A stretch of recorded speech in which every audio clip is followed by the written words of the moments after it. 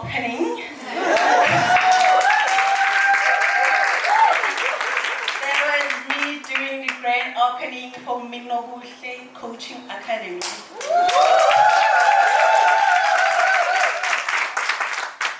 It is officially opened.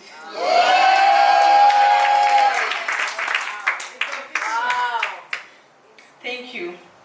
And I appreciate each and every one of you for choosing me today. Thank you. I just want to start by introducing Upilisiwe Msomi, who is the founder and member of Minokuhle Coaching Academy. Most people here know me, but there are people like Minokuhle Mbambo who chose me. I've never met her. And she's here with two of her friends, and I am delighted. So I will introduce myself. Upilisiwe, my mom, she's here.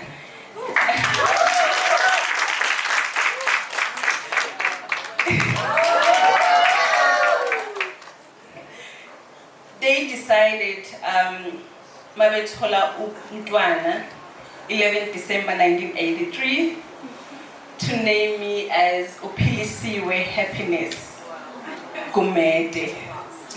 So I'm sorry, but on that day, Upilisiwe Happiness Gumede. And I believe somehow they prophesied on my life, Uguti, that's what I'm going to bring in Empilweni Zabantu. As much as that's what I had brought Empilweni Yabo, but through my journey of life, I've realized and I've accepted that's actually what I've been called to do, to bring joy and happiness in Empilweni Zabantu and healing. So today, allow me to take you through my journey to Minokuhle Coaching Academy.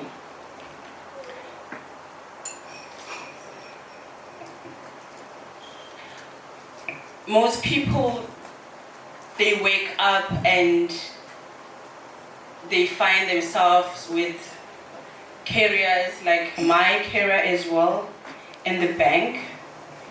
And very late in life, they actually discover why they are here on earth. And in my very late 30s, I've realized that God has actually brought me here on earth to assist individuals, especially women, with healing and empower them to master themselves. For me, personally, as much as I believe it was a calling, or it is a calling, I was actually forced to be the master of myself. Before I can master anyone else, I need to master myself. I will take you back to 2014 or 2015, when I joined the company that I work for. One of my colleagues had an episode in the office, and there was this huge commotion, everybody going around her. I think she was hallucinating. Actually, she was hallucinating. So everybody was there around her trying to make sense of what was happening. And I was still new, so I got left out, and I only realized after a while that something is happening there. So I ran there as well. This colleague friend is having an episode. I just made my way through everybody else, and I went next to her and I kneeled down and I started praying. When those things happen, and when people pray, usually we believe that they are praying because they believe there's some spirit or there's some demons, or there's something wrong happening with that person. But for me personally, that's not what I was praying for. What I was praying for on that day was, I was asking God to give me the strength to look myself in the mirror enough to accept that this is me. So I prayed. I called on God to give me the strength.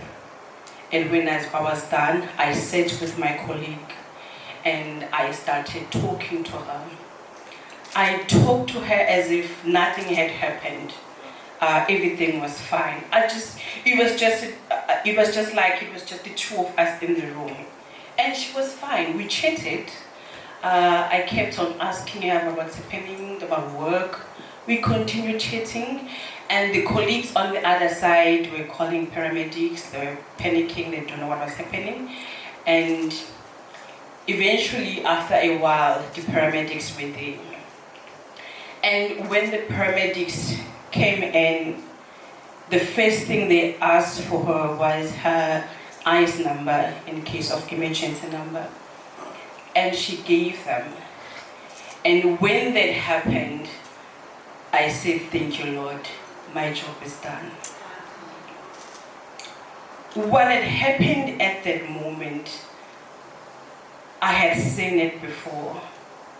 And mostly when we see those things, we panic and we think of demons. And in actual fact, it's not that. I had an episode myself a few years back, and unfortunately for me, it wasn't an episode of just in the office. One day in the office you're having an episode and everybody is there. It lasted more than a month. I basically lost my mind for more than a month. So mastering myself for me is not a luxury, it's a necessity. When it happened, I was just about to start a new job. Can you imagine? I remember the first day at work, new job that was. I was taken by my husband, was accompanied by my husband with my younger daughter. No, my eldest daughter. They took me to work and they reported in. It had just started, and they said, okay, I was ill, and I reported for work. Few days, it kicked in and it got worse. I was off for more than a month. I almost lost my job. There was a case to dismiss me because of incapacity, which my husband fortunately fought in my absence and won. And I went back to work. I'm gonna take you through what I believe had happened for me at that time when I lost my mind, and why it's so important, and why am I so passionate about mastering myself before I master everybody else. I got married in 2007. I was very young, must have been 23 at that time. And already we lived in our home in Pinetown. We had just moved in July, and we got married in November. My husband comes from a very traditional, strict family. So for him and for his family, it was our home. For a very long time, it was some place that we renting. I don't know. It wasn't a home, because as a matter of fact, from the time we got married, maybe until my episode, every weekend without fail, every Saturday morning, every Sunday morning, my husband would wake up, leave me, and go home. Because home is at home. and I will be left. I don't know what that was, by myself. And we lived that life for a very long time, and eventually it got to me and I broke down. I think when I lived it, it was okay, it's fine. Put on a strong face. I can do this. He can go home. I can live in my house. But then eventually it got to me and I broke down. Why I'm saying that is because when the episode happened, I remember what I was saying. I was telling my colleagues that my husband is abusing me. That's what I was saying. I even asked them to call the police. My husband is abusing me. I was taken home by the van of SAPS because that's what I had told my colleagues when I was having an episode. Now, what you would say is that yes, she was having an episode. Yes, she was crazy. The reality is no. My subconscious mind had taken over and my conscious mind was failing me. The conscious mind always put on the mask. The conscious mind will tell you, you are happy. The conscious mind will tell you, I've got this. And the subconscious mind knows no lie. It doesn't lie. It never lies. Your subconscious mind knows the truth. And that is why I'm here today, because I have no energy, zero appetite of putting on any mask. What my subconscious mind is saying, my conscious mind must also say it. I am living my truth. And today, I want you to live here with your own truth. And I want you to live here owning your truth, because if you live long enough with the mask, eventually it will fail you. It failed me, believe it or not. It failed me. I was at a Tebini hospital, I don't know for how long. My maid will tell you. And for a very long time, I don't know how long, my husband was up and down with the Nyanga. I told you he's from a very traditional family. I've got Ingabo behind my legs because he was trying, I don't know what. I hated that with passion. But eventually I ended up in a Tebini hospital.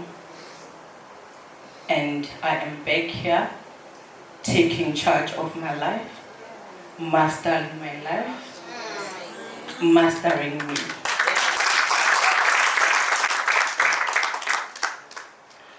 So without delaying you any further, and it's very unfortunate that we started so late,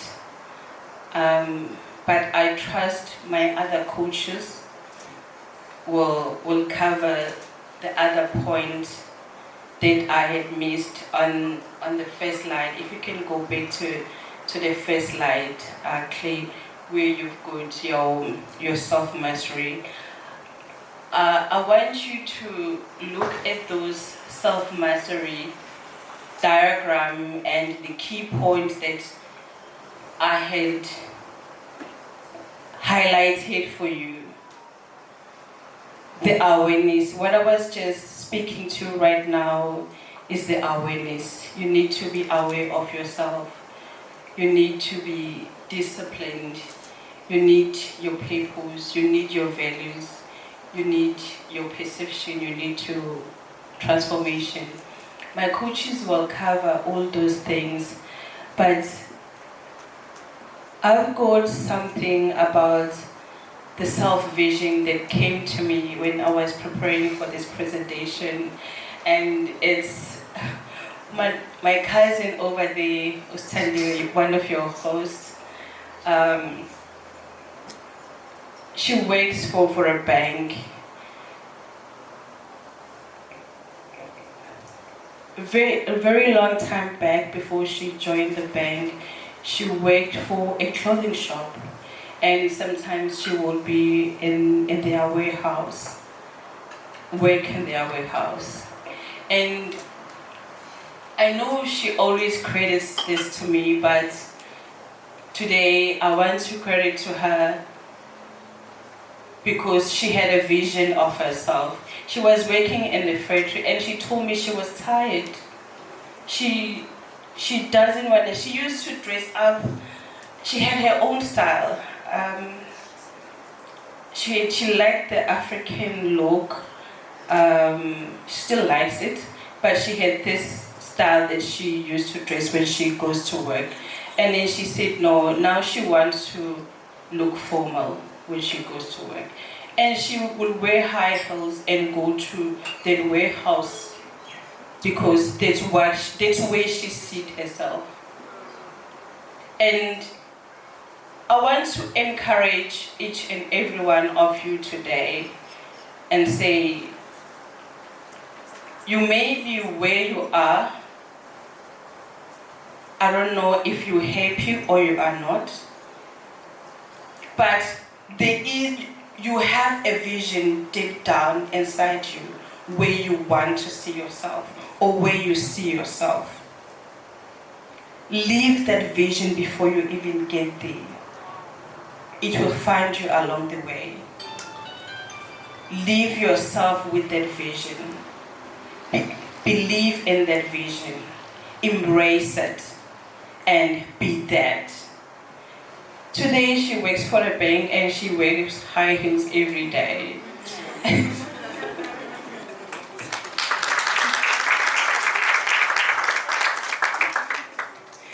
And she loves high heels, by the way. On the self-awareness, I have this enneagram, which my coach will call a way back to you. I love this exercise with my clients because people will tell you who Pilisiwe is or who Claire is. Upilisiwe gave a tool, upans. And what usually happens is you buy into that idea and you live in that box. And Kahle, that's not your box. I'm not the quiet Pilisiwe that people believe I am. When they say that, I'm like,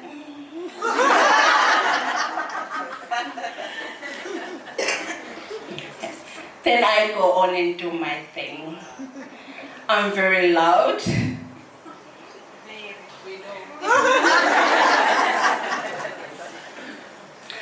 I talk a lot. I am very confrontational.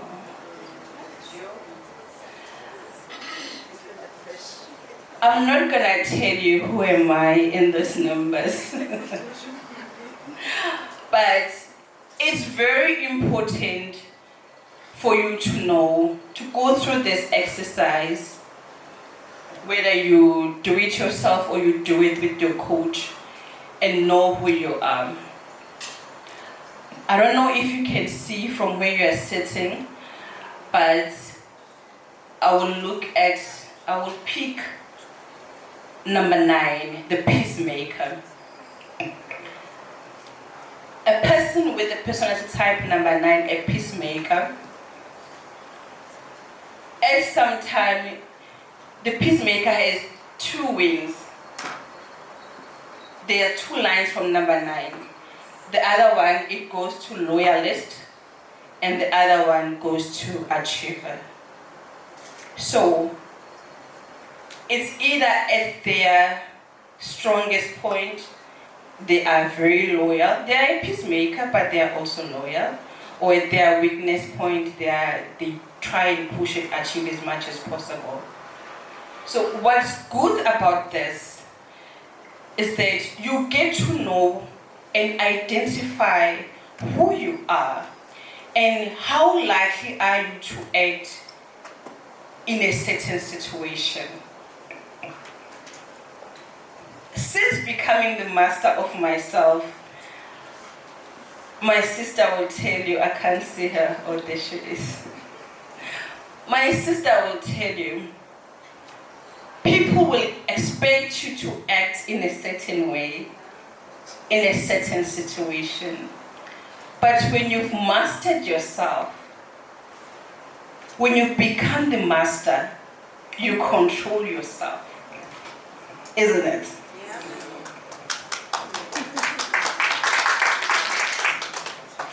We recently had a situation with my sister, and believe you me, till this day, she's asking me what you did to my sister, because she couldn't believe how I reacted to the incident. That's what self-mastery does to you. And I'm very grateful.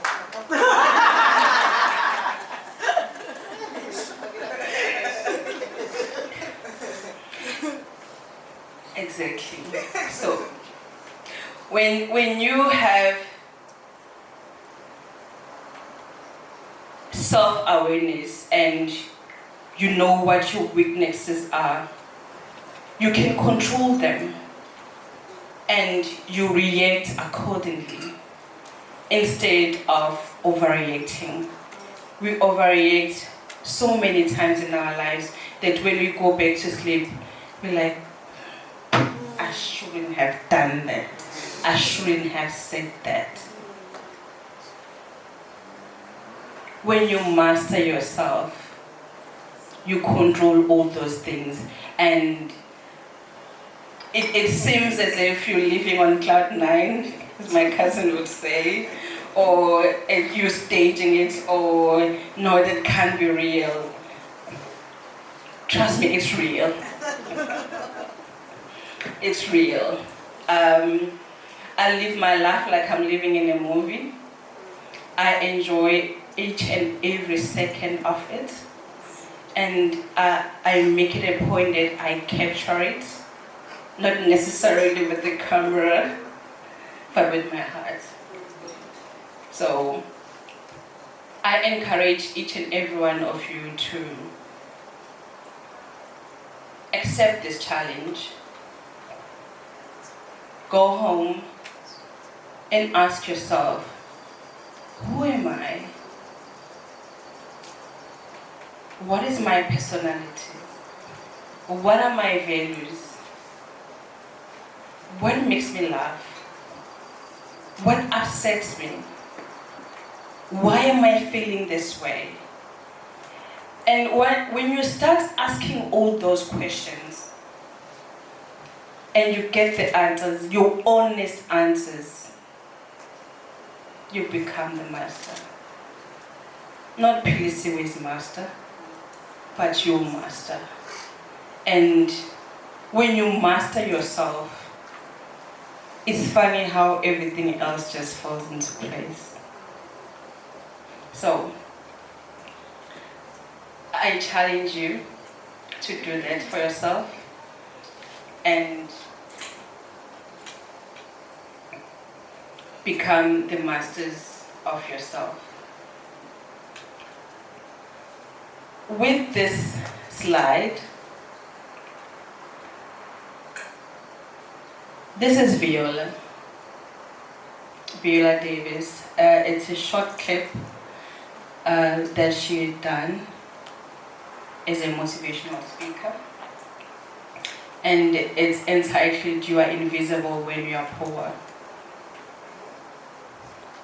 And I had this here about finding your purpose. When you listen to it with the intention of finding your purpose. I found my purpose and I'm very happy. I still wake up every day, go to work. I'm happy, I'm working. I thank God every day I've got a job. And for this baby right here, Minokuhle Coaching Academy, I found my purpose. It is what I was meant to do.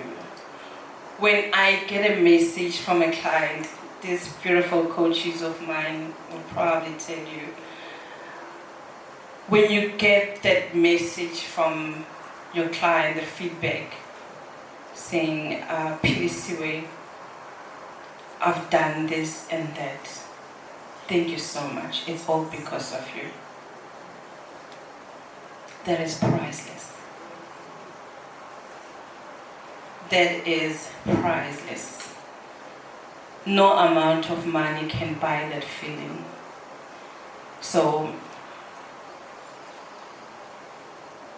where you're sitting,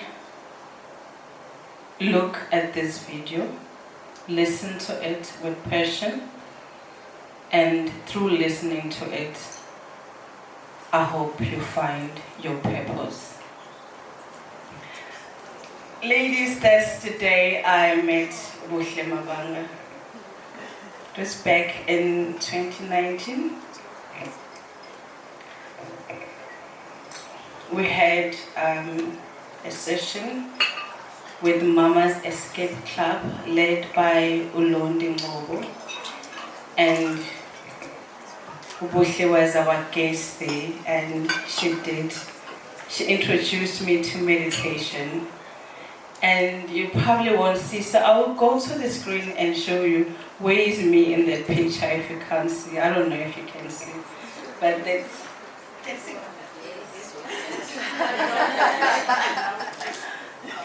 That's me over there. That moment for me was unbelievable. It was my first time meditating. I had thought about it, that I actually think I must start meditating. And I even told Londi when we chatted, like, I actually want to start meditating. And I've been meditating about meditating, but not actually doing it. And that day we had Mama's Escape Club session and Ubuhle was our guest. What had happened there, it was just minutes of us starting our meditation. Ubuhle was just starting. And I wanted to run. I couldn't come home to myself.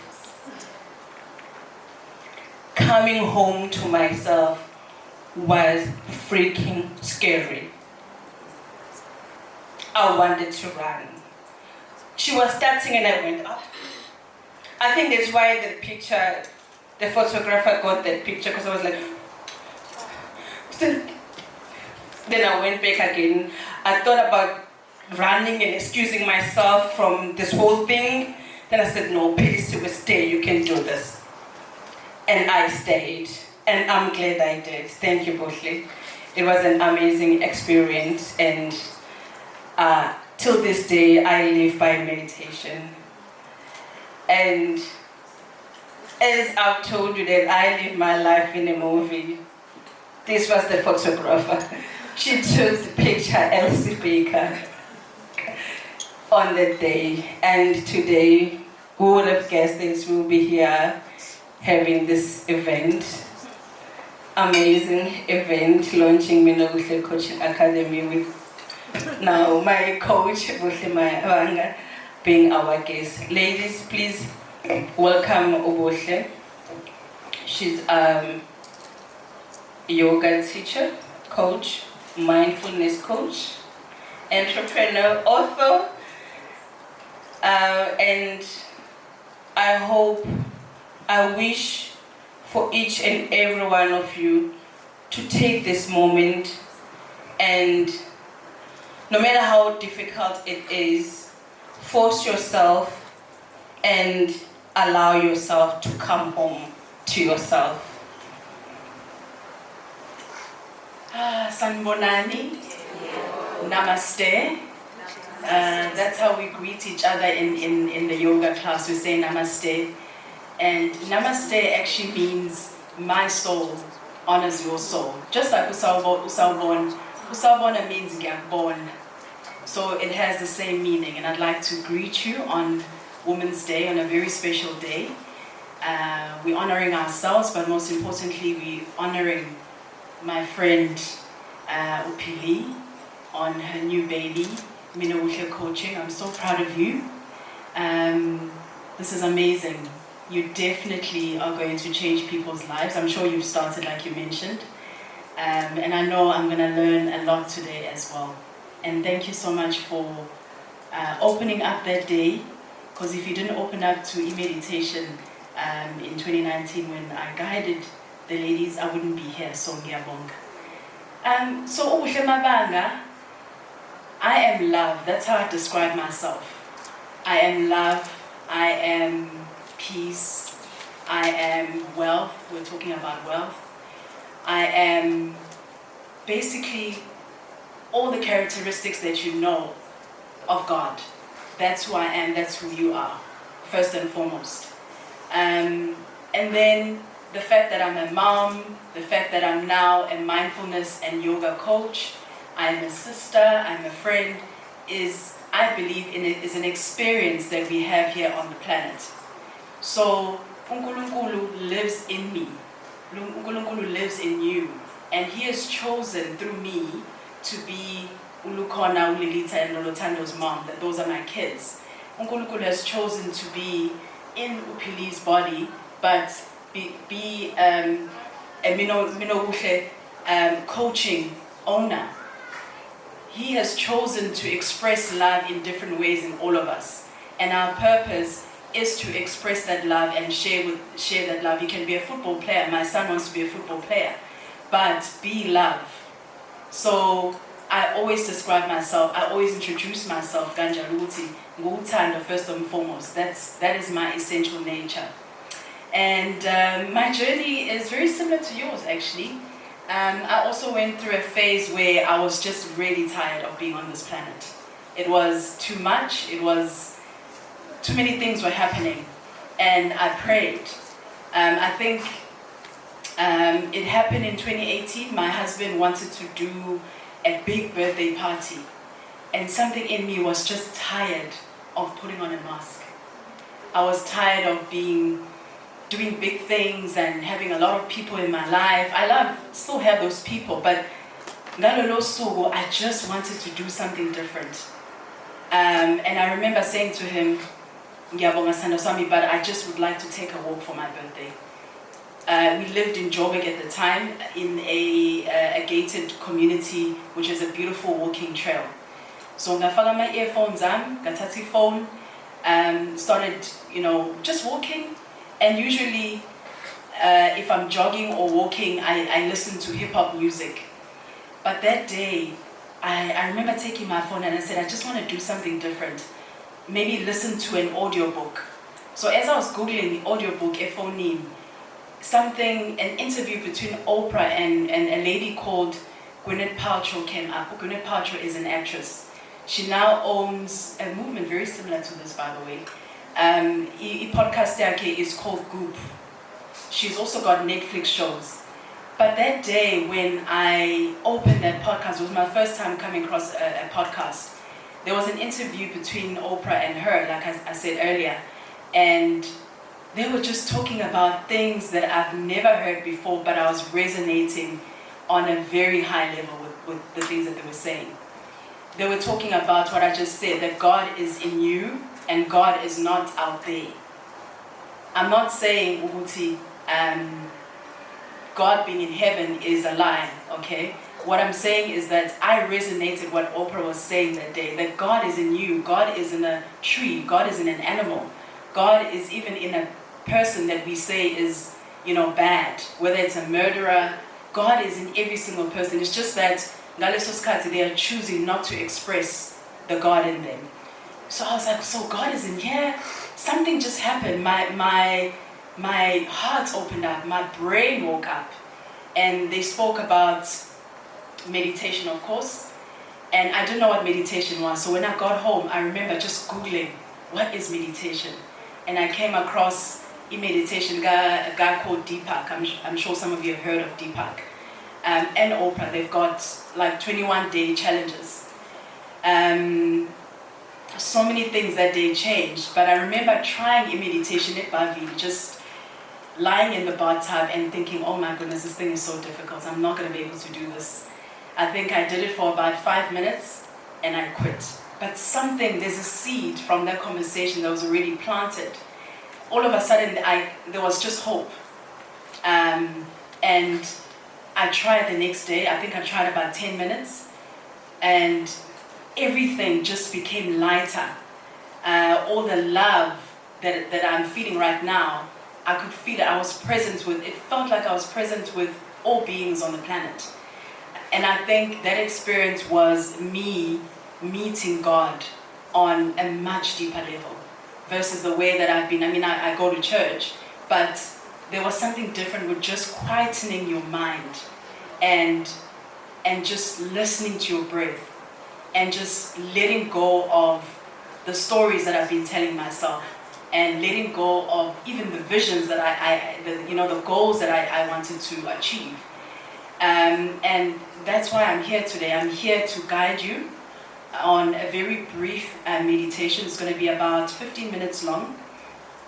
And I really would like you to give it a try.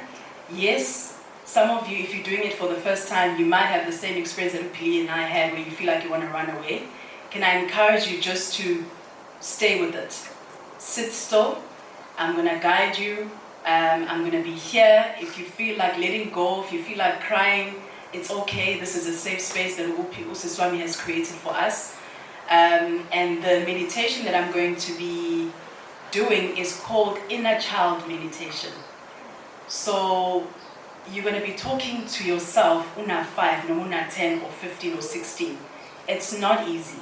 But I feel that if we want to be the queens that we are, if we want to heal, and I was telling my colleague here, Uguti, so we colleague Manch, I was telling her, Uguti, we are being prepared for a new earth. And the reason why you are here is because you're going to be in the forefront of the new earth.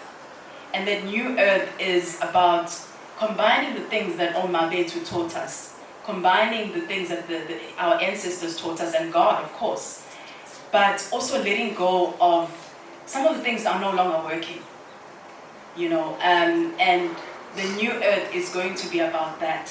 It's going to be about doing things differently, but doing things more authentically, doing things from a more healed perspective. So that's why we're going to be bumping into each other in these circles. These events are going to grow, where we are holding space for each other, where we are learning from each other, and we are learning from our real experiences. Pili was sharing about her husband. I'm thinking, oh my gosh, that's what I went through in a way, where your husband, Pili, was going home every weekend. My husband doesn't do that, but he travels a lot. And that has been my biggest teacher, my husband traveling a lot, because things like abandonment were coming up. And I realized that it's because my father traveled a lot. So Sisakula, he used to work during the week, where siblings are on my weekend. So I think as a child, what I did is, like Uvalo was saying, I manifested, I just want to be in a space where my husband is there all the time. But because I was judging my father, guess what? My husband did the same thing. He travels a lot. So when you are wishing and visualizing to escape something and you are judging it, you live it. So what you are, how can I put it? You become what you're afraid of. Your life becomes what you're afraid of. So if you're afraid of, we're talking about poverty. If you're so afraid of poverty, you will get that break, but then it will go away. Because it's not coming from a good place. Because my belief is that there's no good and bad. Life is just an experience. It's human beings that have labeled some of the things as bad. You know, like for example, water can be very bad for someone. I know someone who drank too much water and their bodies collapse. I mean, their internal organs collapse. It happens.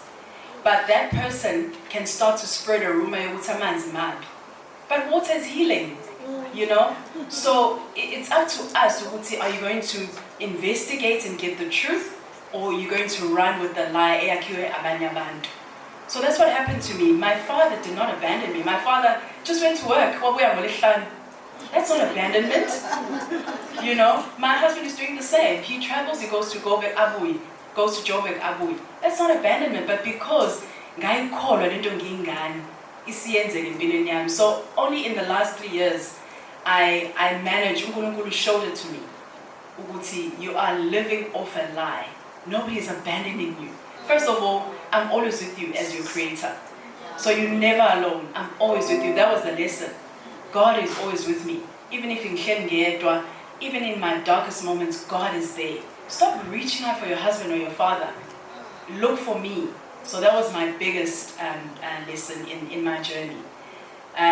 So I'm just waiting for Klene to tune in the music. In the meantime, and sit up nice and straight. Izandla zethu nje sibeke on our laps, palms facing up. So when our palms are facing up, it's a sign that you are receiving. We want to receive from God, from the universe, from our Creator, positive energy, whatever it is that we need to heal. So if your palms are facing down, that means you're feeling grounded, you're feeling safe. So on our laps, ladies, so that's because the meditation is quite long. It's about 15 to 20 minutes long. So your eyes are closed. Natural breathing. Natural breathing means you are breathing in and out through the nose. Like I said, it's not going to be easy because the mind is going to start to talk and chat. The mind is going to start to say, oh, this is so boring, or ish, sheep, or dystophin. Just try by all means to let go of those thoughts. And just allow the breath to guide you. So you're breathing in and out through the nose. I'd like to introduce a mantra. A mantra is almost like an affirmation that you can use when the mind starts to wander. You can just say, I consciously choose to be here now. You can say that over and over in your mind. When you feel like your mind is going to the beach, or it's going home, or it's complaining. Just say, I consciously choose to be here now. Or, I choose to be here now.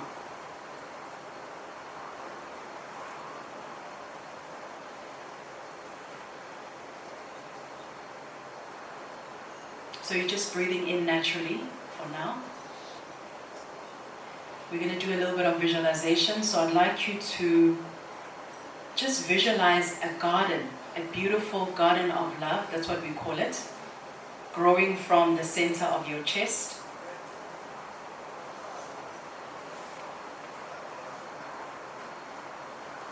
So I want you to see the different flowers growing at the center of your chest.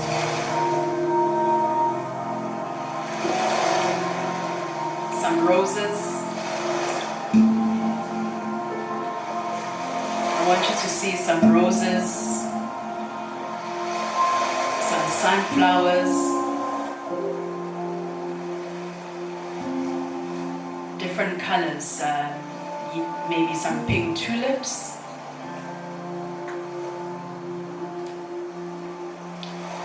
Really challenging you to use your imagination. God created this world by using His imagination, by using His words.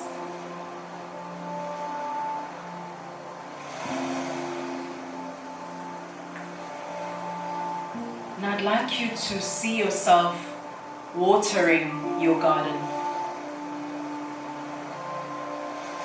So you are nurturing your garden. Maybe you've got a little watering can.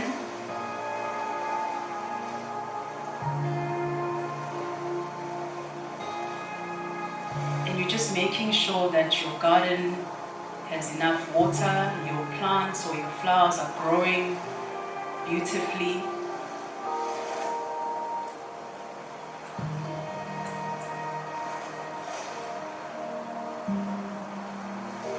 Now I'd like you to start taking out weeds out of your garden.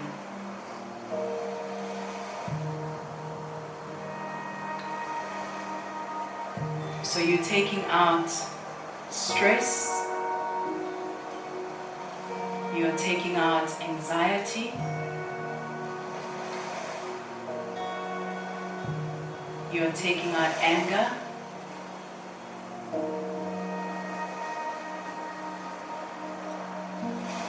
you're taking out resentment.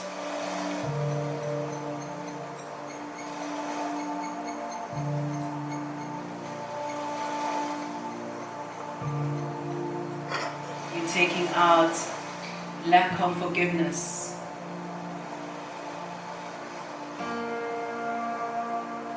Because we must remember, ladies, when we don't take these negative energies out of our garden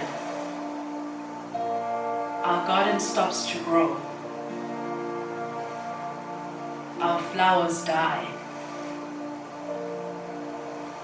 And we never give our garden a chance to thrive. So it's important that we cleanse our garden and we let go of these toxic energies that don't serve us as women.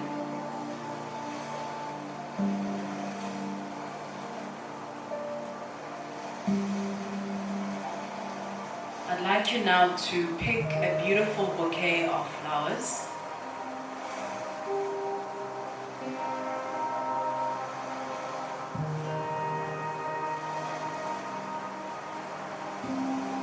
And you're going to give this beautiful bouquet of flowers to a younger version of yourself.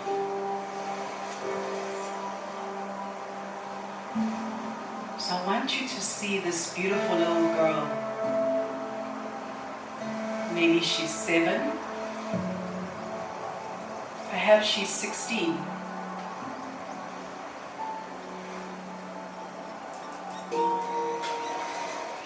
And in your mind's eye, I'd like you to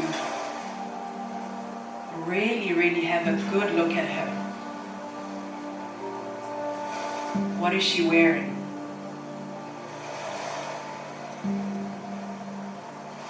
What color is her dress?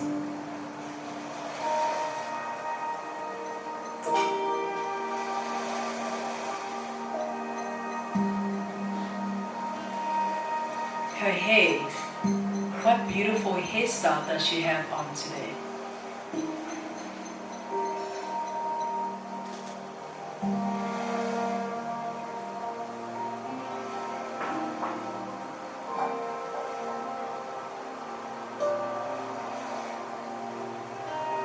I want you to look at her face. I want you to really look at her beautiful smile and that beautiful sparkle in her eye.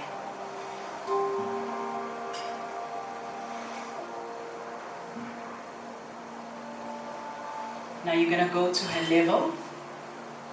Maybe you want to go to your knees so that you can be the same height as her if she's below the age of 8. And I want you to give her these flowers, this beautiful little girl.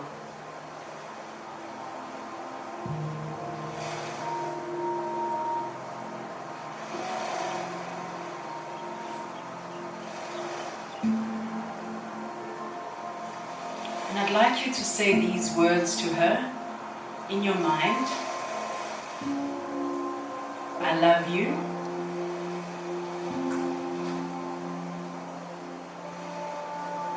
I'm listening to you.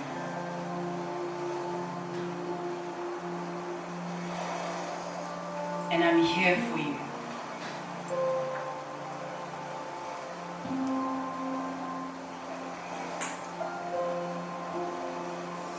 I love you.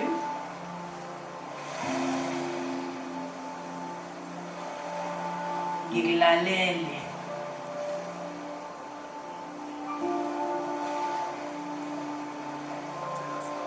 I'm here for you.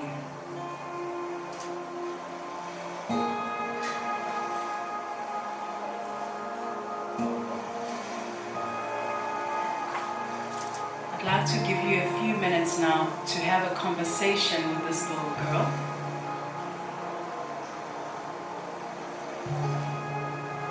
So I'd like you to listen to her. She has a lot to say to you. You guys haven't connected in a long time. There's lots of catching up to do.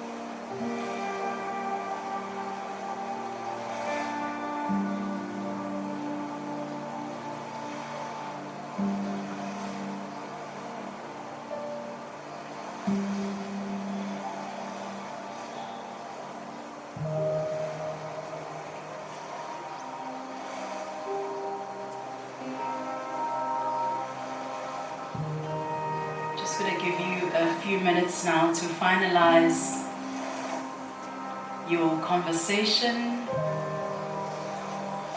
with the younger version of yourself.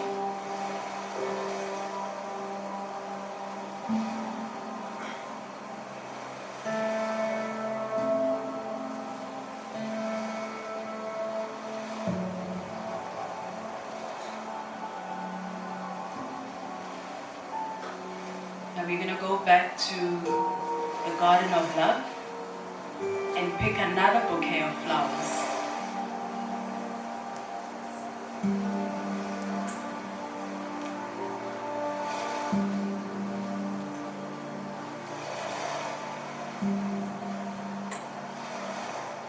And this time we're going to give it to someone that we've been struggling to forgive.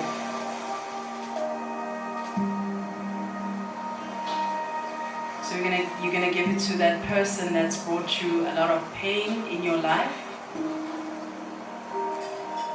Or maybe someone that you've just had a disagreement with or a misunderstanding. I'd like you to give these flowers to that person.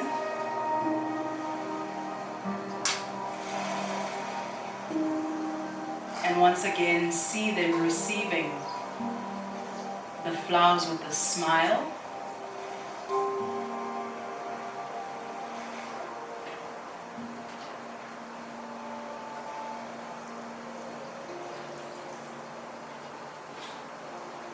And I'd like us to remember that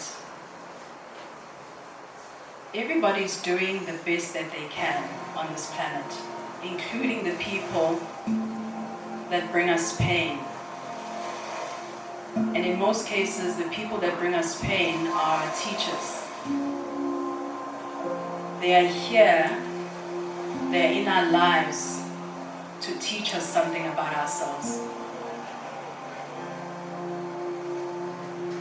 And when we hold on to resentment and lack of forgiveness, we're actually hurting ourselves.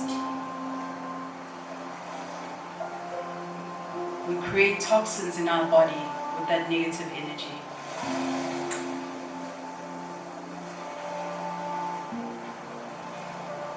So I'd like you to just give you an opportunity to really let go of this person that has brought you discomfort and unpleasant experiences. I believe that if they knew better, they'll do better.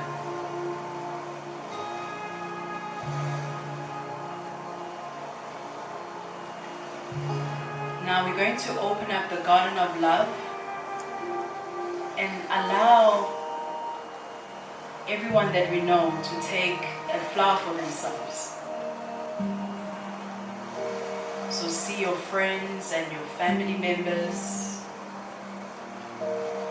your colleagues.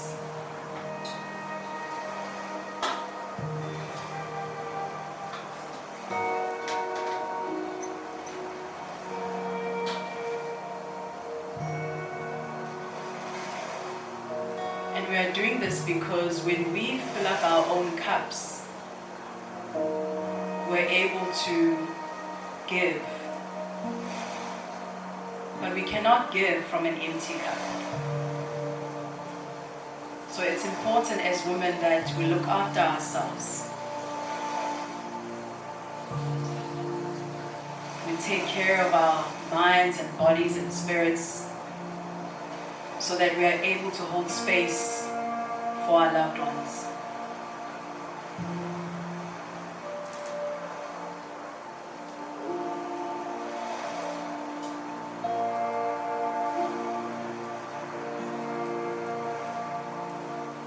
Now let's come back to the natural breath, keeping the eyes closed.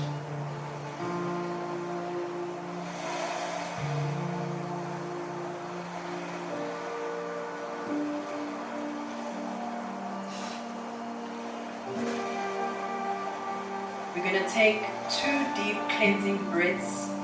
So I'd like you to just place your right hand on the belly, your stomach, your left hand on your chest.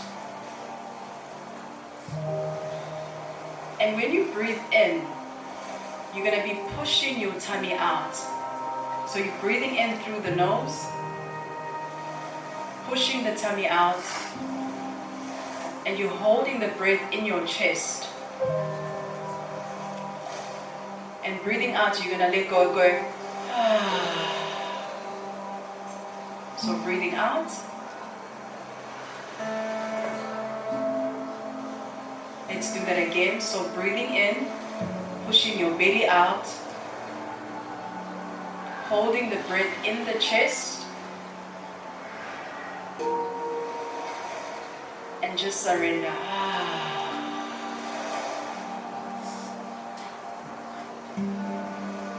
Beautiful ladies, let's open the eyes now and come back to the room. Welcome back. Beautiful. Mini Bahle.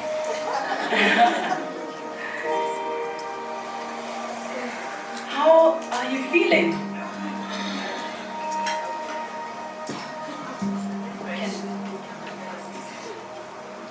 You feeling refreshed? Did you manage to see the younger version of yourself? Yes. How did you look, Ma? Can I ask you? I was looking young and innocent. Oh, beautiful. Okay, that's the end of my session.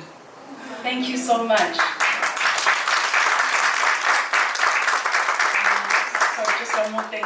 Oh, Billy, I shared meditation with you about a month ago. Please feel free to share with the ladies.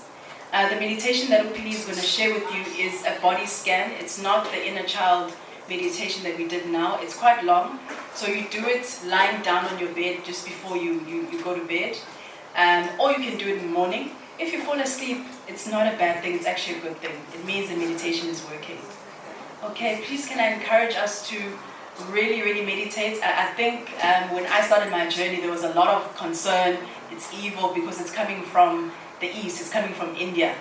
And so a lot of people from my church, were very concerned. There's nothing evil about it. For me, it's one of the ways to really meet God for who he or she really is. The only time that it becomes bad, I think, is when I think that the things that they talk about, it's when, like you were saying, it's when that subconscious mind comes through. So people are scared to steal their mind because they're thinking something bad is going to come through. But it's your biggest fear that's coming to surface, and it's an opportunity for you to heal it so that you can be one with God. And I think people have such bad episodes. That's why Betty in a demon, it's not. I've been doing it for 4 or 5 years. I know teachers that have been doing it for 50 years because some of my teachers are old. Yes, a lot of people in the space of mindfulness are white ladies, but it's growing. Black women are also getting on board. And it's such a beautiful practice. I really believe if you want to heal, this is one of the ways, including many other things. In my ritual in the morning, I wake up, I do meditation for about 10 minutes. I can even do meditation without music. But in the beginning, it's good to have music, just to guide you. Then I journal, because I am going through a phase of just dreaming a lot, beautiful things, my life, what it's going to look like in the future. So I journal, I write about that. I have a cup of tea. I do yoga, because I'm a yoga teacher as well, just to stretch. In future, hopefully we'll be able to put on our yoga clothes and do yoga together. And then after that, I get into the shower. Now in the shower, I don't just have a shower. I go in there with a candle, and I literally visualize the water cleaning my body from last night's whatever, or the day before's energy that I don't need to for the next day. So I pray, and I feel the water cleaning me. I lift my hands up, and the water just washes my body. So everything that I do is incredibly intentional, and we really need to encourage each other to just don't wake up in the morning and continue with your day. Pray, God, please, I'm going there, hold space for me. And may I also learn, what would you like me to do for you, God, in that space? You don't just get up. Even if you're going to a shop to buy bread, you say, God, I'm going there. May I learn something, and may I also, impart, even if it's just a smile. Maybe that person is having a bad day. Just smiling is God coming through you into another person's space. So asavuki ladies is very just we have intention for the day. Thank you so much.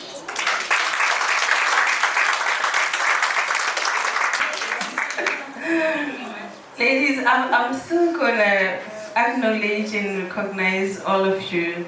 I don't know, I'm very overwhelmed, I'm emotional. I'm trying to hold it, but it's wow. Thank you. I know I'll still get my slots to say thank you, but yeah, thank you.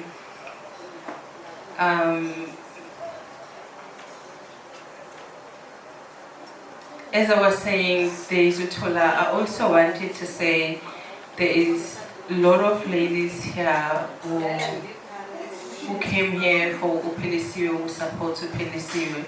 Like Utola, there's also a colleague of mine who, if you've seen my Facebook page, you would have seen how elegant I look with my It's Mireille here. She's a clothing line, nice clothing line, Rayo's line. Please do check her Facebook page and follow her. And Ukle here, one of our hosts, she's a makeup artist. She did my makeup. Please do check her on Instagram and Facebook, Clay Kuala.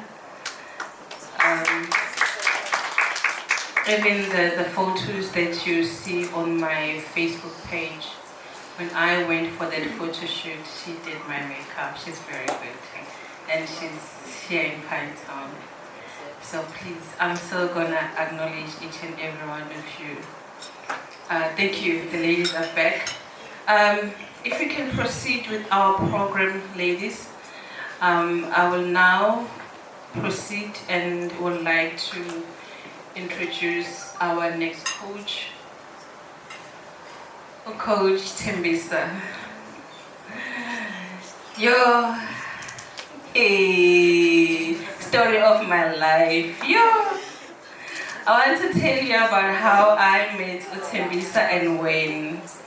And I don't know why.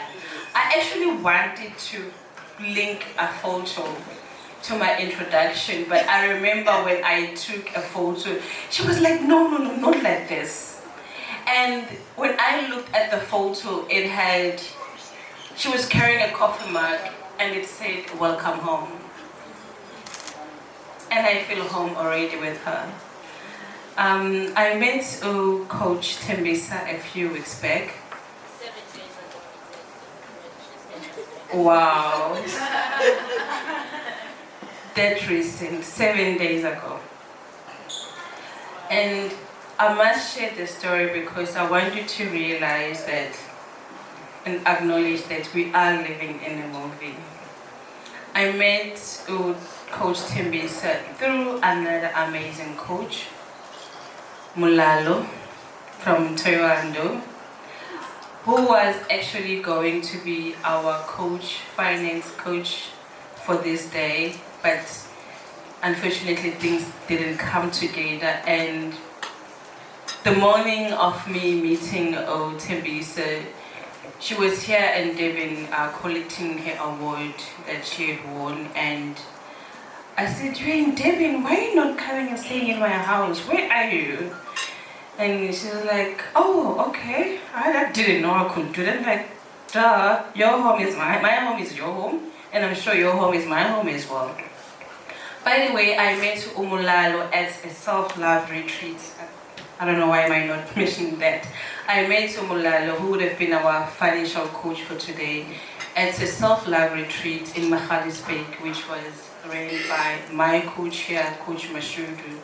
And I'm telling you this so you realize and understand how important it is to connect meaningfully with people that you meet.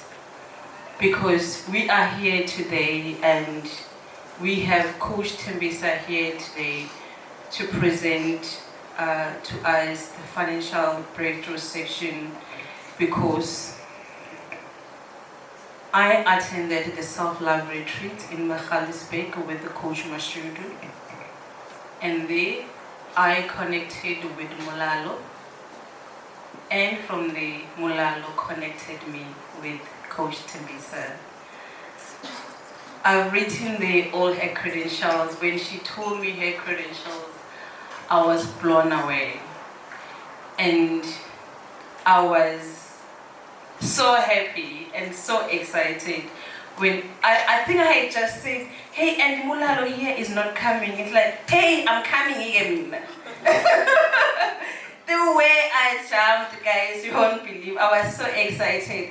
And the quote that I have there actually came through that morning when we were just sharing our experiences as a self-mastery life coach and his as a financial coach. And I was blown away by the fact that in the financial coaching space, they also talk to healing.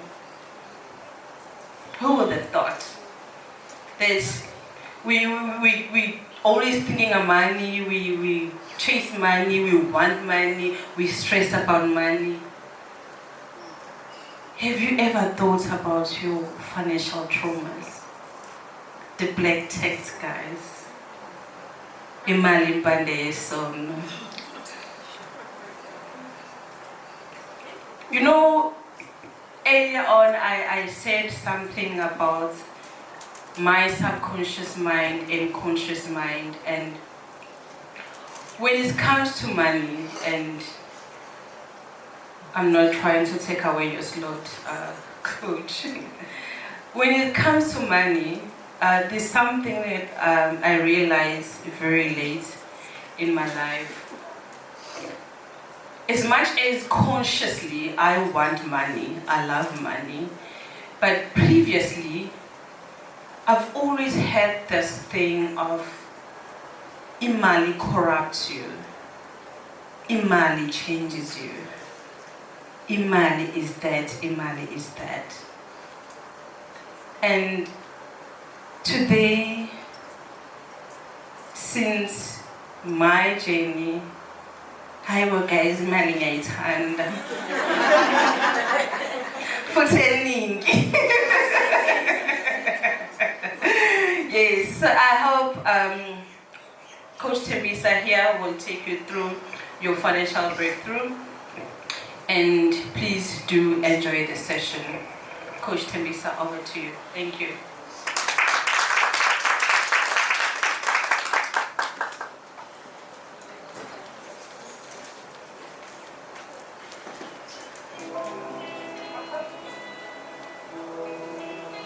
So I'm just finished off life.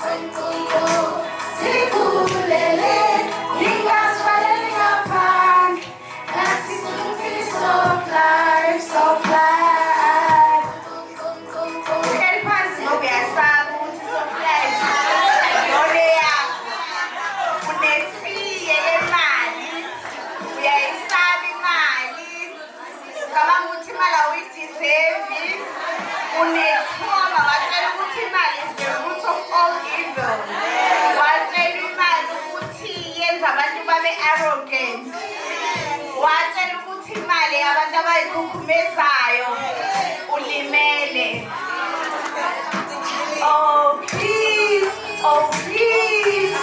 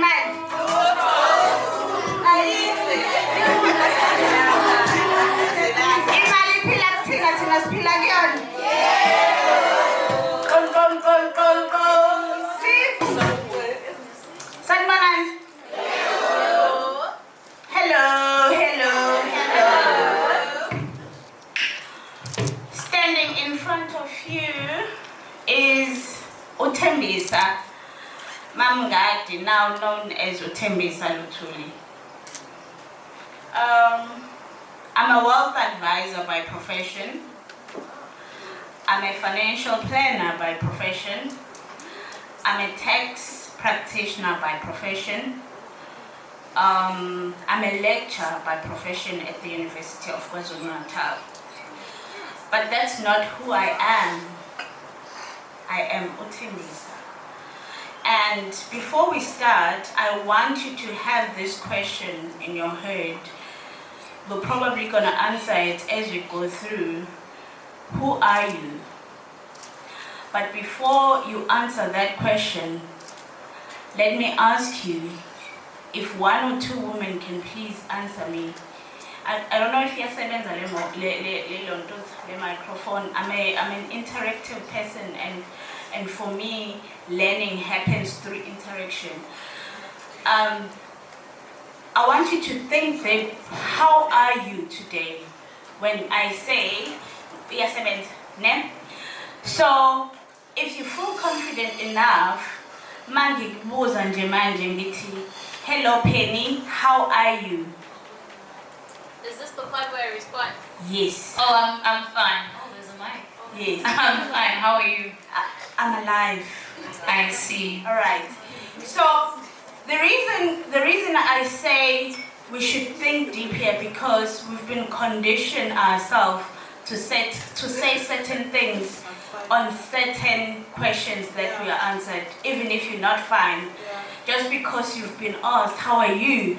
The automatic response is, I'm fine. Thank you. Are you really fine? Are you okay? How is you? Who is you? Where are you? And the thing today says, fetch your life, bringing yourself back to you.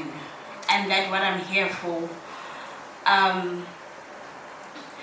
Healing yourself, healing your money wounds, healing your financial traumas, to know yourself back and understand that you do not need to chase money because you are the money. You do not need to wake up every day, work hard for money because you are the money. You are the wealth. My name is Minokuhle. I love money and money loves me.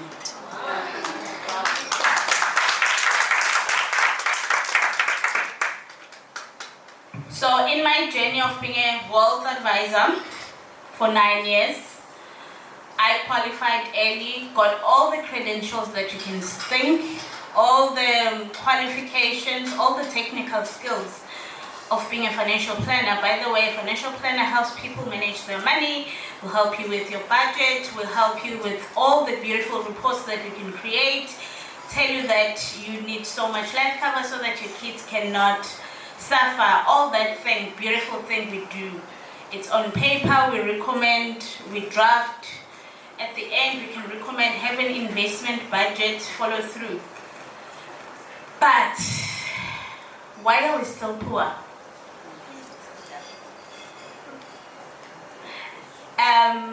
All of us are here. If you can ask yourself, are you comfortable with your financial status?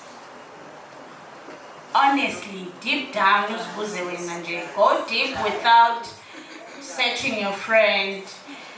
Are you comfortable with where you are financially? The question is, why? Another question, I keep on popping question, and this is just for me to pull up a conversation with yourself, because that's where it starts. To have an honest conversation with yourself. What is money? How do you define money? What does money mean to you? What does money mean to you? One person, please. Just one word, if I were to say, come to you, what does money mean to you? Why do you wake up every day? Leave your kids at school. In the morning, it's cold. You leave your husband in bed. You come back, you're tired. You work extra hours. Why? So that you can have money. What is that? Is it the notes that are in your wallet? Is it the coins that are in your skokokoko? Is it the numbers in your bank account? What is money? Comfort. Freedom. What is money? Food on the table. Food on the table.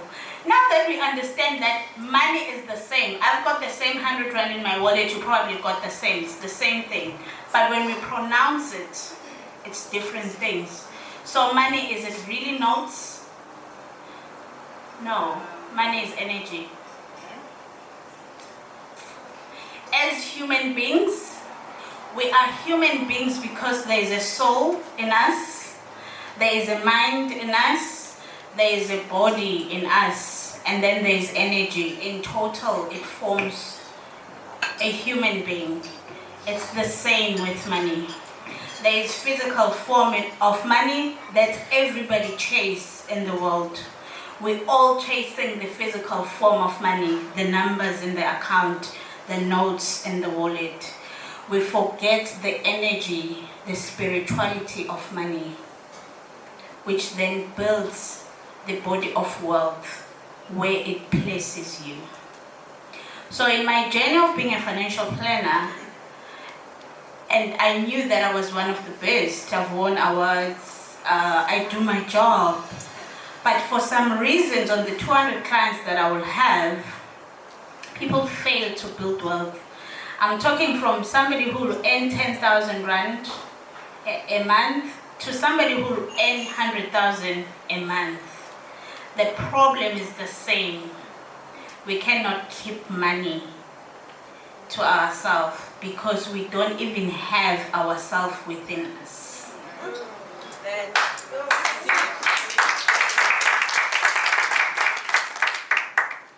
Money doesn't stay where it is not loved. Money doesn't stay where it is not taken care of. Money will leave you and come to me because in me, money has a home, a safe space. Yes. You will earn 100,000, I will earn 20,000, but because the home I have for money is so comfortable, you will find me having a taba with my 20,000 and very comfortable and happy because money finds home in me. It doesn't want to leave. Create that space, and that space is through energy. But how do we learn that when we've been told for our whole life that money is evil? Money is the root of all arrogance. You have to work hard for money. Once you have money, it feels wrong to have money. How many of us hate abantu rich? In reality, just be honest. You sometimes want to make kids on Instagram and like, I know now. 30,000. If you have the 30,000, don't you think you would have bought it? So then, how do you expect yourself to be rich one day when you actually have that thing? Yes. How do you expect one day to live a luxurious life when you actually envy people abaphila leyo mpilo? Deep down, you hate somebody kwi-Range Rover yakhe because you actually uyayirhalela but umona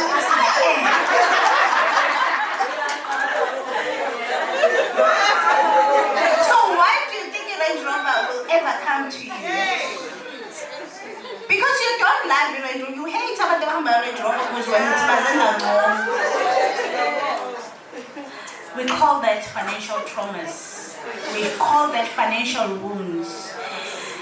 And unfortunately, we do not know who hurt us, who hurt you.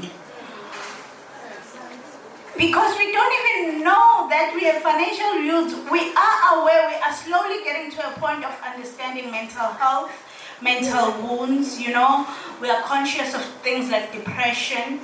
We are conscious of things like your emotional health. We are aware of physical. Stop the bleeding. But financial wounds, how do I see that? Do I see it by every time I get paid on the 25th, by the 27th, I'm going to Tembisa to borrow money because I no longer have money. That's a bleeding. That's a wound. But what hurt you? Were the words hurt? Were you hurt by the words that were spoken to you? Were you hurt by the environments that you grew up into? Because that also shapes our beliefs. And remember, our beliefs shapes our thinking. Our thinking then shapes our behavior. But what we believe in is shaped by where we come from. who spoke what in my mind. So who hurt you? Were you told that once you get to a certain point, so you're always trying to suppress yourself being ngono, because you don't want to be ngono, because now your community will reject you. So you cannot succeed freely because you are afraid that your community will not accept you back because now you are ngono. Who hurt you? Go back. Why you can't handle money? Why do you hate your friend? Always and you say I'm back to this.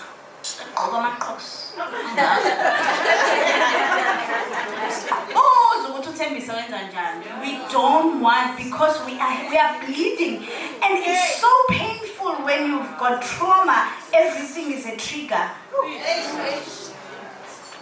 Because one small thing, and then you bleed. Even uthembise ngenza ngalutho, awuthembisa uphatha ama-iPhone. Now ungayiphatha. Abantu bama-iPhone ulimele, ihlukana nabantu bama-iPhone ulimele. Ubani ukulimazile?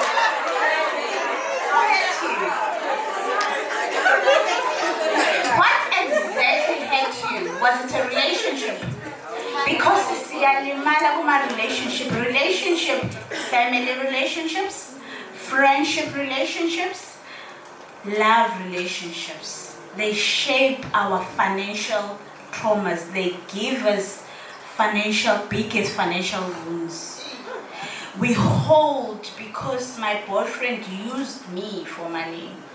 So my next relationship,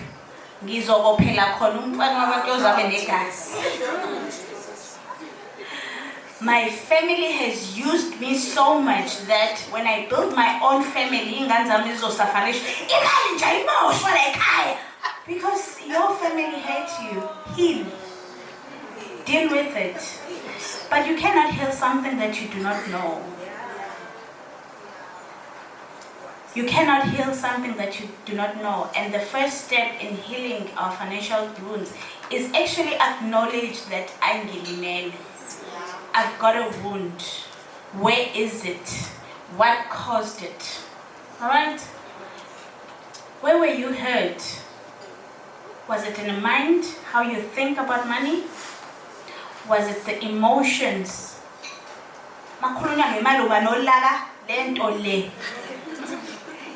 Ahlala istokfela wena mali mina.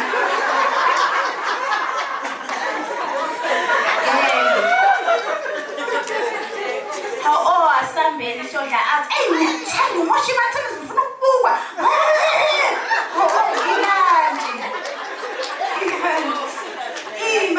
Ima siyelantini. How asenzela usibani manje ibaby shana ngibadla ingekho.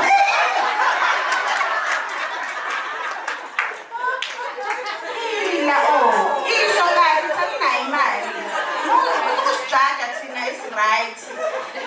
Yabona. Siyakwazi ukuphisana ngemali because siyazi ukuthi imali iyabuya. Yabona. Siyahila journey yokwazi ukuthi imali is not scarce. Money is enough for everyone.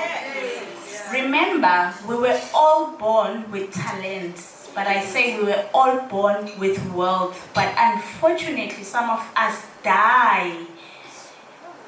Never ever open their gift of wealth because asikwazi ukuthi sivule sihile ezinye izinto ezisivimba ukuthi sivule this wealth. So work on healing. Work on healing. The recovery starts when you acknowledge that you are wounded and bleeding. Now you need to be in a space where you can be honest. Not honest with Utembisa as your therapist.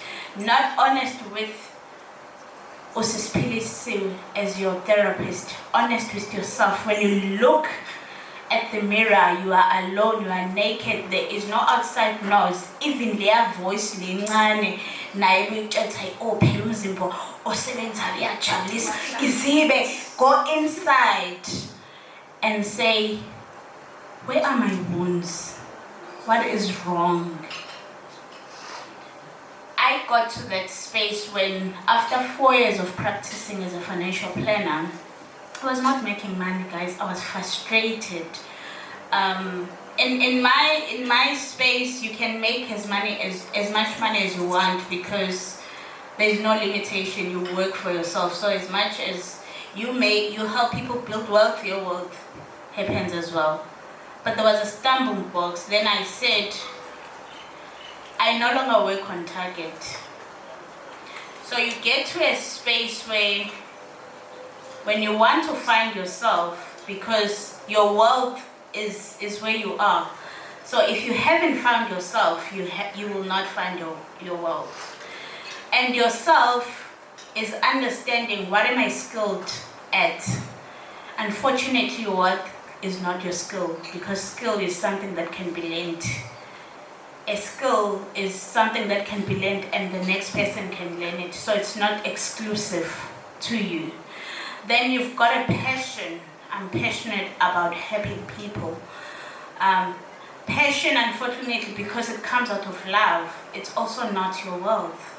Then there's purpose, what you are called for, and that is only unique to you. That's your identifier, and that's where you need to find yourself. What is exclusive to you? What is unique about you? Because in all of us, we all have unique identity. All our fingerprints are different. None of us have the same fingerprint, and that is your purpose, and that's where lies your wealth. So I had to find myself. I'm skilled as a financial planner, but that's not making me money. I'm still chasing money, and money is running away. The more you chase it, the more it runs. Hey, Bawus, you said both. Utu sabathe uyojuluka. Asebeyitholile bakubukit. And then you find your passion, you get closer, because now you know what you can devote your heart to without getting tired. Even when you're tired, usisiphilisiwe ngafika kwakhe ekhathele imvithi kade emsebenzini bemfohlozini, but because ipassion yakho kusiza wena ufike wena udlule inyembezi, she will still help you, because that her passion, she loves helping people, but she will get her invoice paid because her purpose is to then solve your issue that you have. So she found her purpose, she has found her wealth.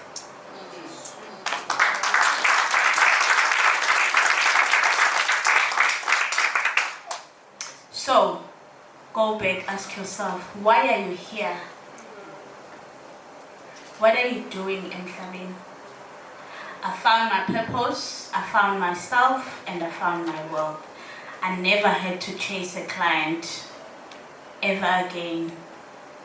I never had to chase targets. I reversed my target and I said, my purpose is to help at least one person a day change their financial situation. And since that day, guys, imali mina.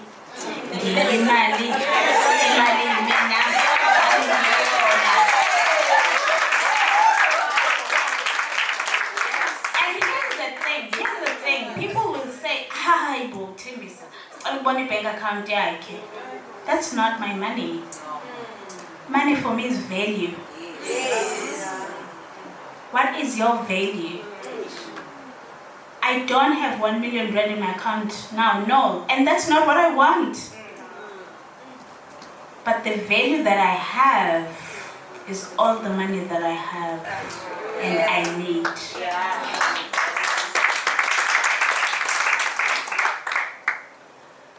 So, the journey doesn't start with Usisiphilisiwe inviting you here. You are just lucky that you were invited, but the journey starts with you and within you.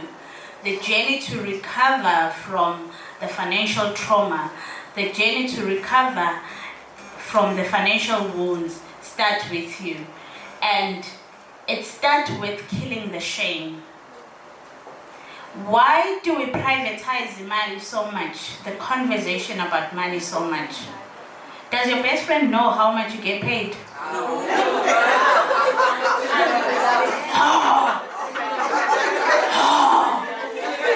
Just a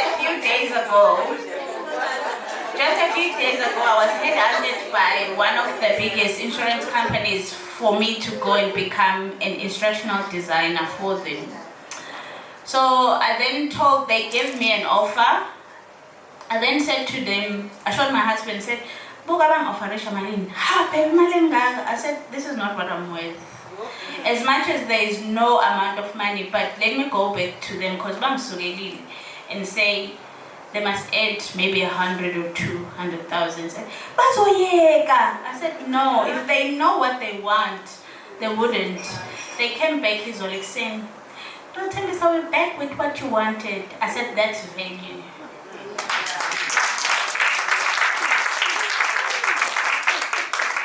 When you know your value, how many of you negotiate your salaries at work and tell your boss, no, I can't, and I can't have a CPI increase? You take what you're given, ne? Because you still don't understand your value. Whenever you are offered a job, you take what the job is giving you, right? Because you think money should come to you, deserve that. That's what I deserve. It's not about what you deserve. It's what you can offer. What's your value? Determine that. Kill the shame. Start opening up. Akusiwa wetu broke, guys. Hayi bantu babhlokanyana. Aqali ngawe futhi agcine ngawe. When you are in debt, kill the shame of dying alone and put the facade that all is well, put your root. Oh, broke, find some help. It's not there.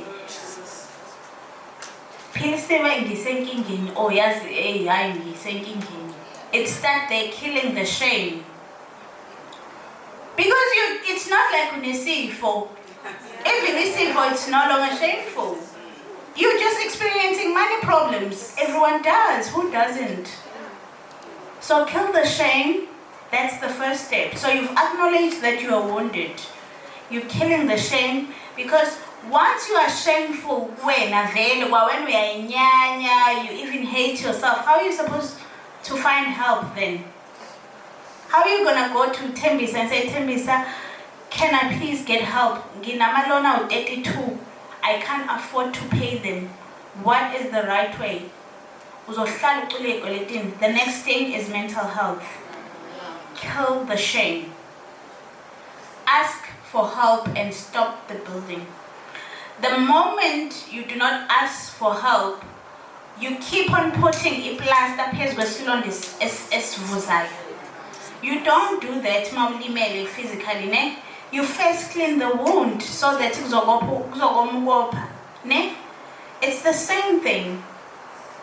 Once you start the journey of financial healing, you ask for help to the right people. You pray for it. You talk to yourself. You talk to your money. You talk to the energy. You summon your money. Every day because that's me. I need 1, 2, and 3 in this day. Deliver in faith. Yes, now. And it never fails me. Have conversation with yourself because tell Coach Bushle, you are God. God is within us. So the conversation that we have with us, God listens. Trust the healer. So you've now let go of the fear. You've accepted help.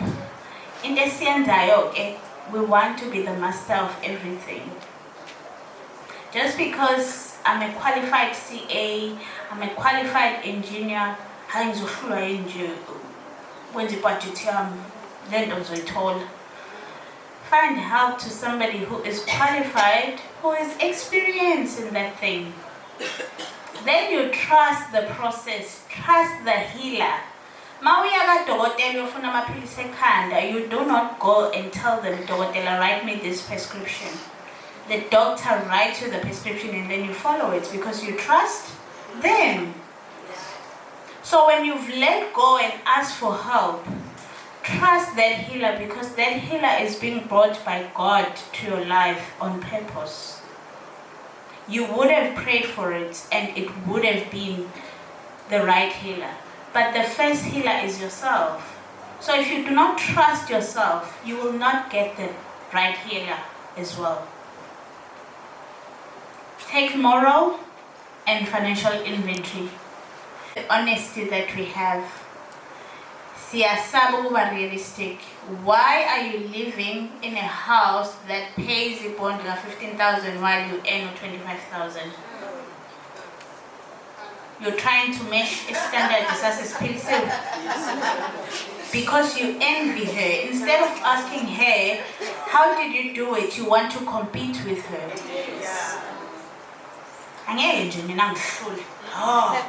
We want to win.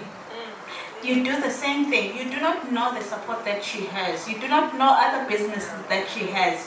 You don't even know her salary for that sake. You go and burden yourself because you are projecting on other people. Be honest. Take moral inventory. Why are you doing and taking certain financial decision? Is it for you or is it for the world? Funabapon would have made it. So that you know what is needed and what is not needed. The last one, which is very important, get rid of all sort of toxicity. And this talks to a lot of things in our life. We live in a toxic world, toxic environments, toxic social media, toxic friends, toxic family members. You need to get rid of those. And here is something about change. For change to happen, you need to go through pain. And pain sometimes means losing things that you thought you loved, but they're not good for you.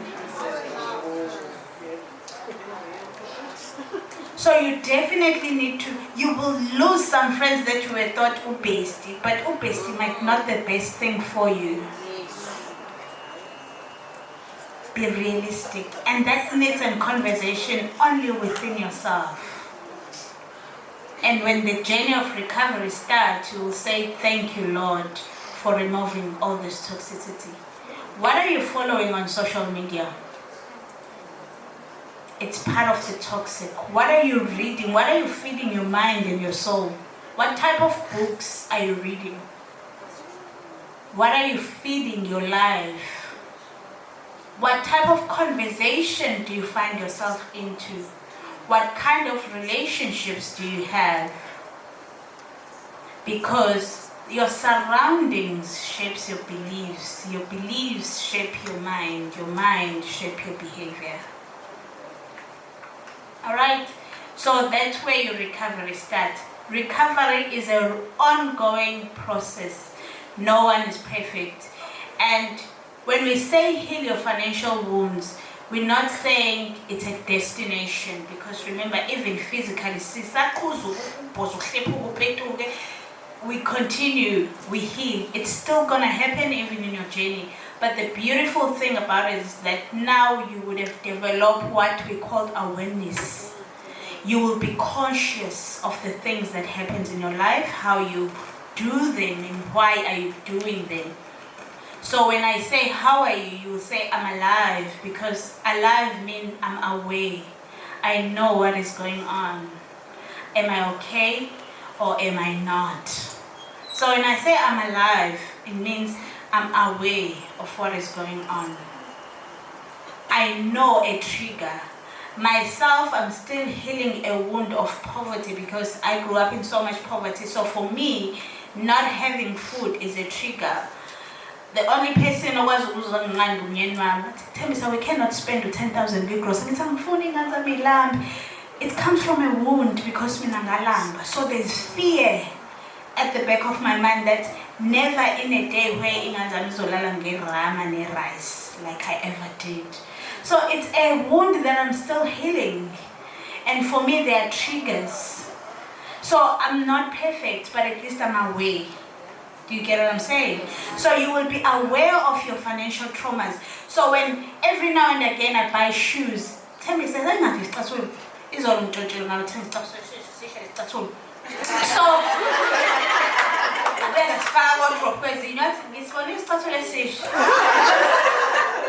me, that's still a wound, you know?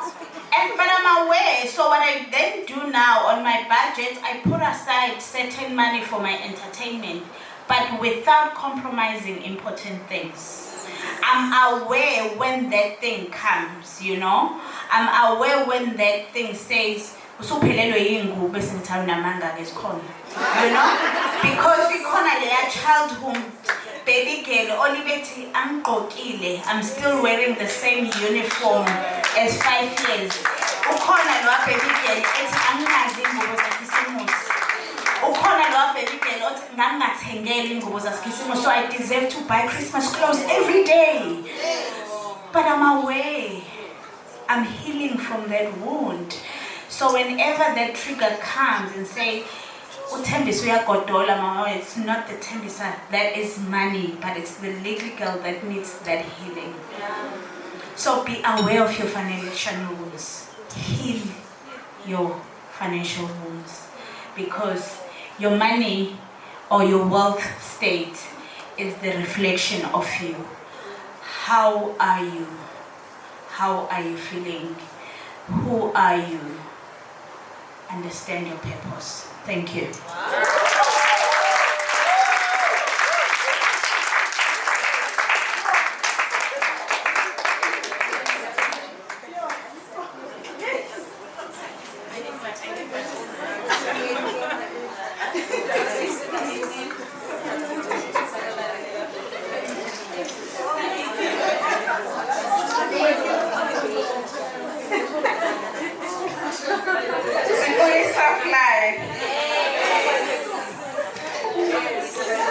Thank you so much, Coach Sembisa.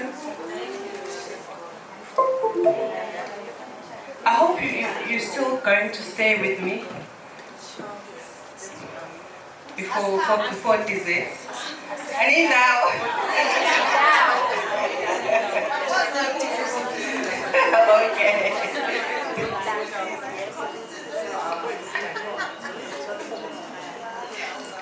Our last coach on the program, Coach Mashudu.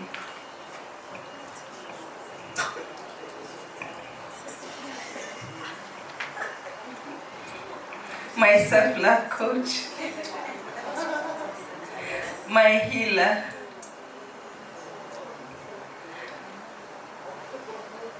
I met Coach Mashudu at another retreat, the Breakthrough Retreat in Drakensberg, which was ran by Uzibu Masotobe. And I remember there were posts recently from a coach where she was asking, how did you recognize it the first time you saw it? What did you think? I can't remember exactly what was the post, but I laughed and I said, I have such a long story to tell. We were going to Drakensberg and we were going up with a bus, and we go to the airport to pick up Coach Mashudu and another lady, I can't remember her name. And already ibhasi yayisigcwele. So I think there were challenges arranging the transport, or there were like a breakdown in communication.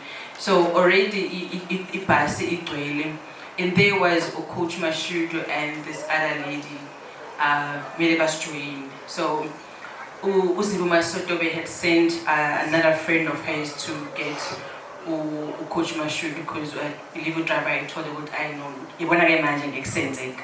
So we need another driver to pick up these other two ladies. So when coach came and the other lady, the ladies were like, yes. And I was like, okay, but guys, these are not mamas, these are young sisters. Like, no. The reason they were saying that, one thing that I saw, Mina, and that made me laugh, coach had 2 suitcases. And I laughed and I said, I thought I was bad in packing.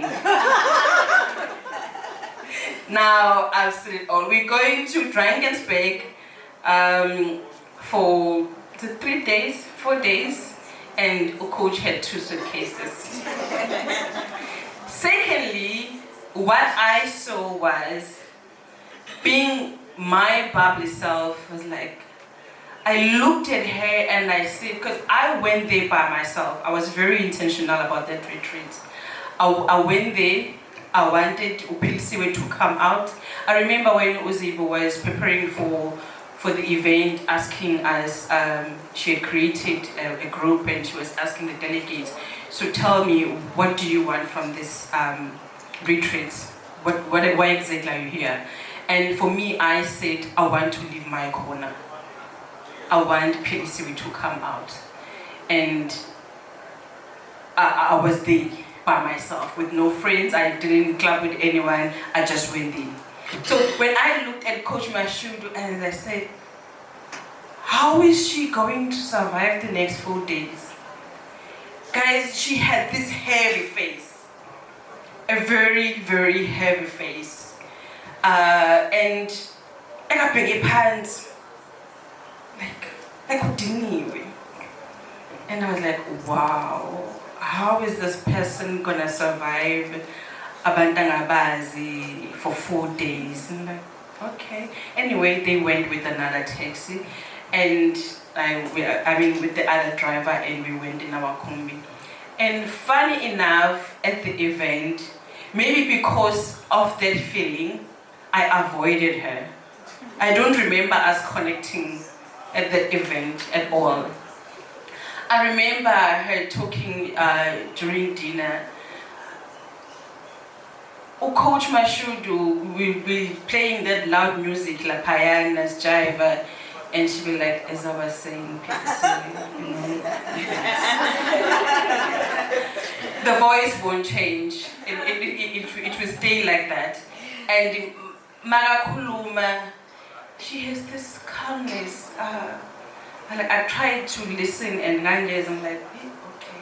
Anyway, I felt this person but I think the other ladies were connecting with her. But as life would have it, Masbuyake, no, in fact, let me go back. Masfika at the retreat in Drakensberg, few minutes away from the venue, it takes it to boom boom, messages gone 2 times. So when it was home time, as I said, my taxi, if you trust it, oh, my sister, as I said, my taxi. So we had to arrange a quantum for us. So now we're all there in one quantum. No coach my shoot, no kulumi. And I can't remember if she was sitting right next to me or across me, but we were in the same taxi. And as she was talking, I'm like, hi man, this person is making sense. And Yonke into Kuluma was having this, And before we even go to Pietermaritzburg, I already had her number. I wanted her number because this was the coach I wanted in my life. And since that day, and since that taxi moment, guys, I wish you had seen her going to Joburg. the way she has transformed. If she tells you that she is a transformational coach, please believe it. She has lived it herself. She has done it herself, and I love it. I love the new coach. When I was doing my slides for the coaches, I looked at her profile pic. I was like, wow, look at that beautiful smile. And I'm thinking at that heavy face I saw the first time, I'm like, coach, please send me that picture. Guys, this is your transformational coach, your healer. I mean, I always say my healer, because at the retreats in Minokuhle, guys, things happen, but they stayed there. But in Minokuhle, we were healed. She is a natural healer. If you connect with her, you come alive. If you open up your heart to connect with her, you come alive. My sister can't stop raving about it. She hasn't even met her. She only met her today. But already she's like, Coach Mashut! And online.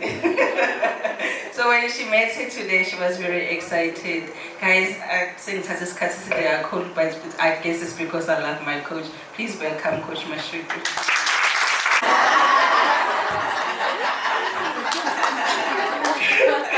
Salmonen, Njani, Masiari, Urini,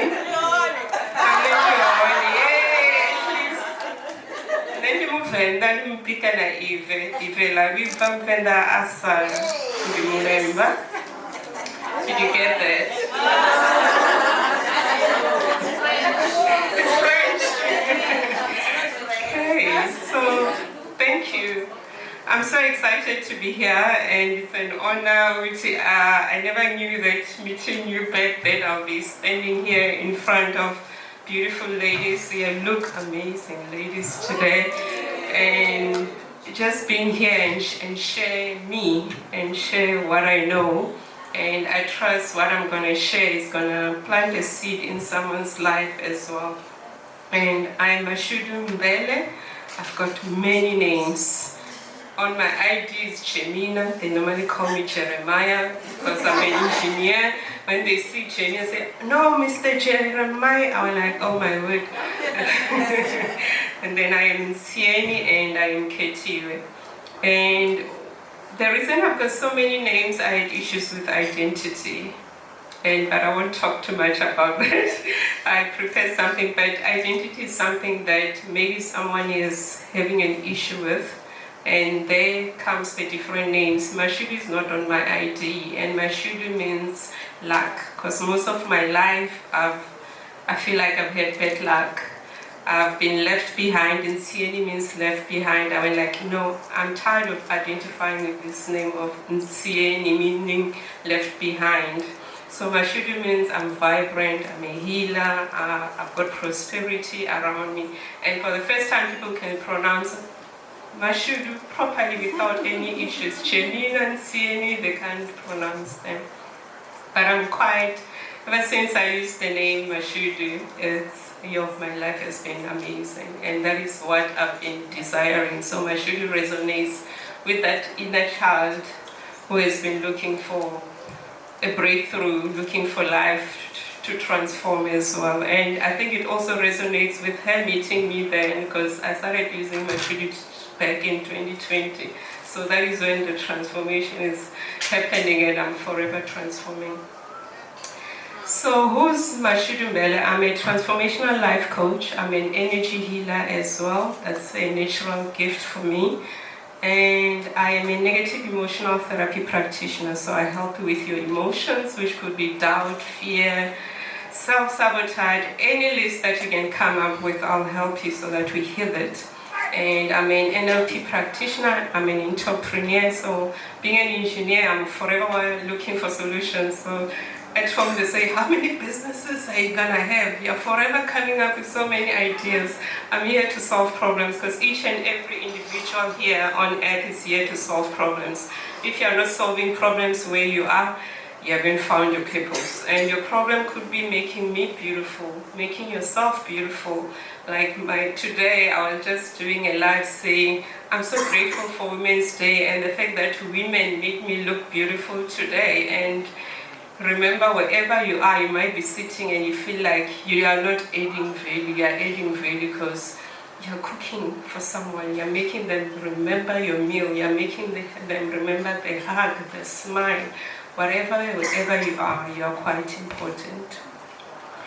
So enough about me. Oh, and I'm a mom to two beautiful kids, a 17-year-old Rufono and a 12-year-old Chibiwa. So my kids have got both Zulu and Venda names. So I normally call them by the Venda name so that they don't forget. And I love culture. It's something that I've been always running away, but as one grows, you embrace culture and you want to know the fine details of it, and I really appreciate that. And I'm married as well. Okay. Our coaches today, I was just telling them they've taken my slides, but I believe I have to repeat this. Someone needs to hear the message again. So when we started, our coach, Pilisube, spoke about our subconscious mind. So this